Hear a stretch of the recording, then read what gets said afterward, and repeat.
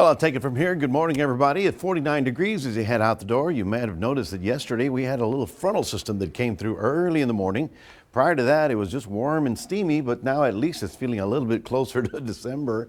Early in the morning when the front came through, we got a gust of 31 miles an hour. Yesterday, 72 was the high, 67 is the average. So we had been above average for about 6 or 7 days. Now, we didn't get any rainfall officially. However, we now have for the month of December, since we're sort of winding up the year here, 4 inches, which is good with that big rain that came in right about there.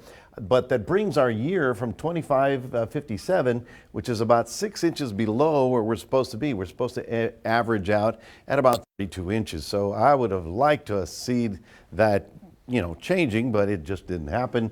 Looks like the year's going down as a dry one.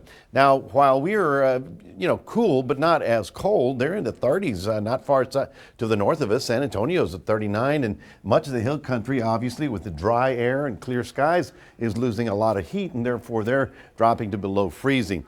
We are on the quiet side of things for the short term.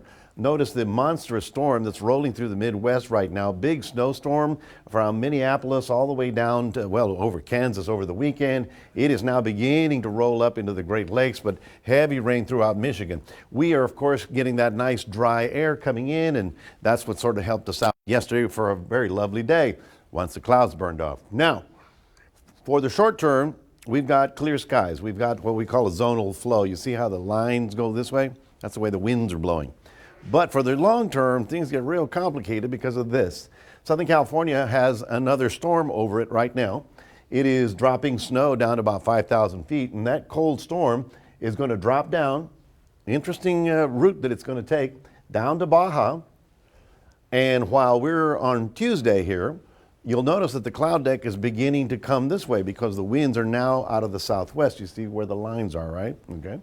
Watch this as we go from Tuesday night into Wednesday, boom, we get a lot of moisture moving into our area. So for sure on New Year's Day, we're looking at a significant rain event. Not particularly cold, but I think a lot of rain in the 1 to 2 inch range. Once again, we'll look at it on Monday. We go forward to Tuesday. You see how it rounds about down there near Baja California. Then by the time we get to Wednesday, all the moisture streams forward.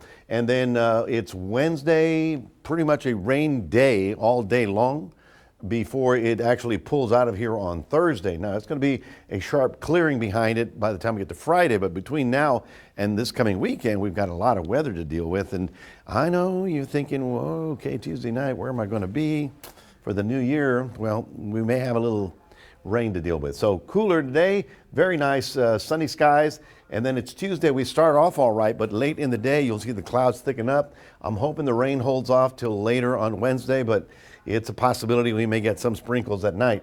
For sure, Wednesday looks very wet. And then Thursday, it just clears out very nicely as the drier air comes in until the following weekend. That's your 7-day forecast brought to you by NEC Co-op Energy. We'll be back with more in a moment, but first we'll toss it back to Sonia.